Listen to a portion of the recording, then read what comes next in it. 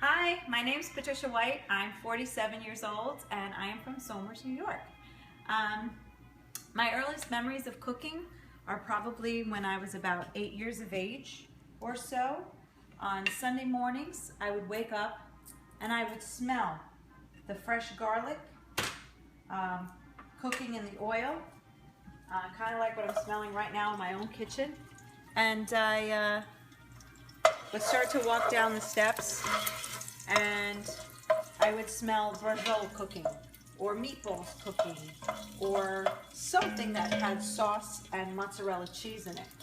So those were my earliest memories. We used to cook, she used to cook the sauce before I went to church. And by the time we got back from church, the sauce had been cooking for about 4 to 5 hours. And no matter where you were in the house or what you were doing, somewhere between 2 o'clock and 4 o'clock in the afternoon, you came home and sat down around the table. And I'm a little upset because the person who taught me to cook is my mom. And she had the greatest influence on me, and she passed away about a year ago in October. And I have a picture of her right here because, let me just bring it close up to you. This is me and her when I was 8, and that's when I started smelling these smells and noticing that most people's moms didn't cook like my mom did. She was a real pisser. Her name was Maria. Mama Conti, we call her. So my earliest memories of cooking are her cooking and going to church with my dad and coming home and then enjoying the food. Now, I'm not really sure the perfect way to go about this, but I do want to tell you a little bit about my style of cooking. I like to have all the ingredients laid out and ready to go. That's very important to me. And I like to be prepared. And one of the things I just did was a mistake, but it's no big deal. Because of this video, I got a little nervous and I forgot to brown the meat, which is, it's totally fine because good cooks have to be ready for mistakes and turn them into something of use. So this is fresh steak. It's chopped steak. And I think it gives a really nice hearty flavor to the sauce.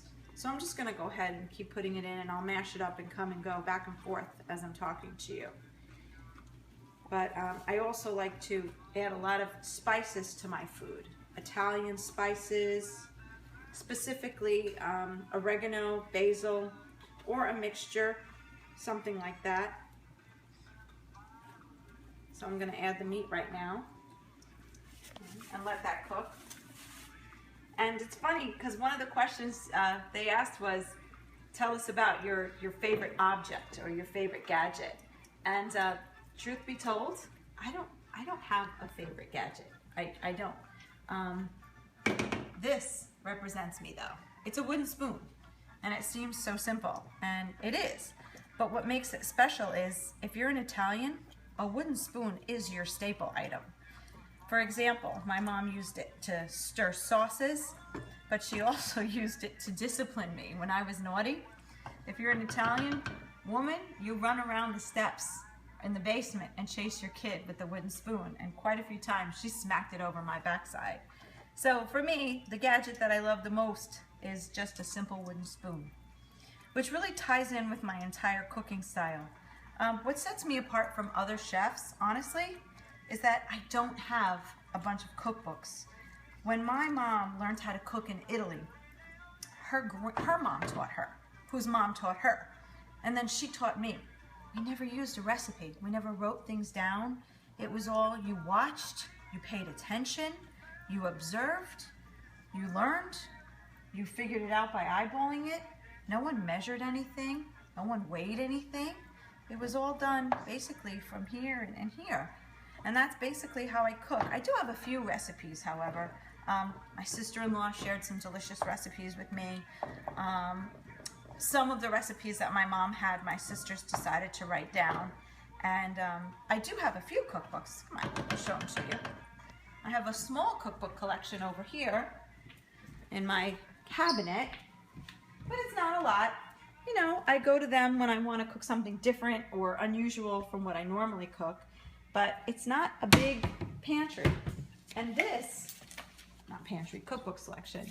And these are some of the recipes of just things that I've tasted that people have made and I've really enjoyed, and I said, oh, where did you get that? How did you do that? So this particular, there's one here that's so good. It's an Emerald Lagasse, and it's for key lime pie, which I love. And there's a simple one called Dee's Potato. Well, it doesn't matter. Dee's potatoes are in here, and they're basically a sweet mashed potato that I love. So I only pull these out when I'm kind of tired of doing what I do. And then there's another little, it's real simple. It's my sister Fran, who also unfortunately passed away, did write down some of the recipes that my family had. And this banana nut bread, for example, this was written in the mid-1970s. And we just keep some of my mom's favorites in here, like manicotti and manigot, that's how I say it. We keep them in here, and so, you know, this little box is also special to me. Again, not a major kitchen gadget, but family recipes are in here. And if it wasn't for them, I wouldn't know some of the ones I didn't learn when I was a kid, but I can look at now as an adult. So while this is cooking a little bit, I'm going to add some spices. Again, my favorite spices for the meat.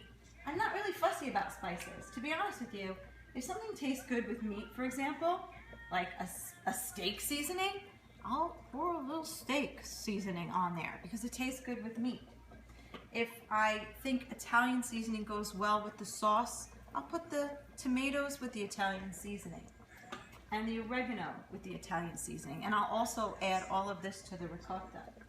And there's two things I don't really bother putting the lids on when I cook. One of them is salt to taste, and the other one is peppercorn. I just eyeball it and imagine how many people are going to eat this lasagna and what would be an appropriate portion of pepper per person. And I just kind of do it that way. So because I inadvertently added the sauce before the meat, I have to be a little patient here before I add any more sauce and let this meat cook through. But once I do, I'm going to add some white wine. This is another little family secret of ours. I don't know why, but this wine, Carlo Rossi, in my opinion, makes everything taste good. So whether I'm making a chicken franchise or I'm making a bolo sauce, I add this to it and it tastes darn good. So how has cooking changed me or influenced me? Well, you have to know this. It's really important because I'm a teacher and I love teaching, but sometimes it can be very stressful or just tiring. And there are days I come home, I don't want to cook. I just don't. But when I get home, I do two things that make me very happy. I put on Dean Martin radio on Pandora, and I listen to basically Dean Martin songs or Bing Crosby songs or, you know, anything that sounds like this. And I pour myself a glass of wine, and I put on a very special object here, which is my lucky apron. And I drink the wine. My shoulders relax, and I don't think about work, and I don't think about stress. I think about what's in this meal that I need to prepare. What are the steps I need to take to prepare it? And I focus on the food and the love that goes into that food, right? The love I have for my family, for my children, for my husband. And that's primarily who I cook for. I cook for my two children, Kathleen and James, and I cook for my husband. I would love for you to meet my son while the meat's still cooking through. Come on, I'll show him to you. He's really sweet. His name is James, and he is 10. Jamesy, can you come up here a second, please? I don't know if you're going to meet Kathleen because she has a retreat tonight, and I don't know if she's taking a shower or not, but we'll see. James, come here. I want to ask you a couple questions. I'm making a little video for a TV show, and I wanted to ask you, say hi. Hello. Tell them your name. My name's James. Okay, and James, what meal do I cook that you like the best? It's gotta be chicken curry. Chicken curry. Okay, awesome. Thank you. Say bye-bye. Bye. Oh, what's your favorite food Noni made?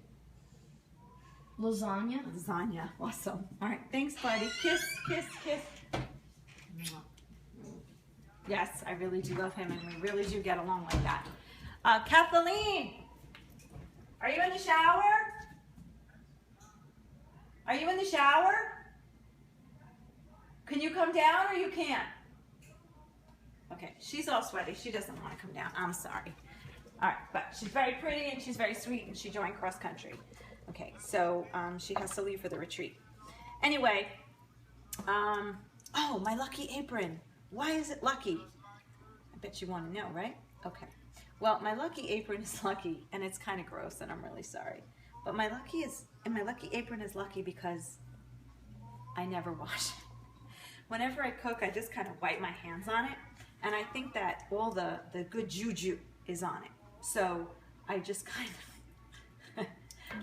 of let it seep into the material. But of course, if I wore it on the show, I'd wash it. It has to be sanitary. And speaking of which, you know, why do I belong on this show? Why does anyone deserve to be on this show? The only thing that makes me unique is that I don't use recipes. I don't really use cookbooks, not for most of my cooking. What you see is what you get. I keep throwing things in the pot until it tastes good. I have a very good sense for what tastes good together. I have a very good sense for proportions. And I work on my timing and on the sequence of creating. So I have to let this sauce cook for quite some time before I arrange it into the pasta dish, the lasagna tray. So I'm just going to go ahead and pour everything in there, and then I'm going to focus my attention on the ricotta and the stuffing. But what I wanted to say is what I would do with the $50,000 if I won it. I would do two things with it. The first is there's a man named Tony Bellizzi who runs a non-for-profit organization called Hope for the Children. And he goes to different countries. He does spiritual retreats, he works in prisons, he works with troubled youth, but he also goes to different countries like Bolivia and Peru. And they make bracelets and other things, other works of art, and he comes and takes them and sells them. And by selling these goods, they're making a sustainable income. And I found out about him on a retreat, not a retreat, it was a CCD program for parents, and he came to talk, and at first I was very judgmental and I was like, who wants to listen to this guy? But once I started listening to him, I had a very profound experience and it was beautiful. And he does spiritual meditation and prayer, and I just loved it. So I would give a portion of that money, a portion of the $50,000 to Hope for the Children and Tony. The rest of the money would go to myself. And on the side, for a hobby, I love to write. And I have it's a horror movie I'd like to make. And I would need the budget to make that horror movie. And the only way to do that would be the $50,000. So, or a portion of that $50,000. So for me, it would be ideal to be able to win the money. I'm no different or special than anybody else in the world. I've had my troubles, I've had my joys, but I work very hard, and these dreams are very important to me. And maybe what I lack in cooking or lack in experience, I make up for in tenacity. So if there's one person who deserves taking a crack at winning this $50,000, it's me.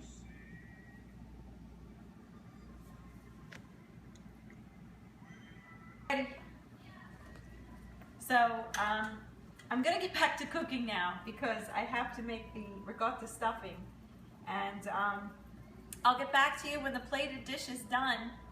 So see you soon. So I'm gonna get back to cooking now because I have to make the ricotta stuffing, and I'll get back to you when the plated dish is done. So see you soon. Hello again. We're all done with our finished product, lasagna. And I know we're supposed to take a close-up of it and hold for 3 seconds.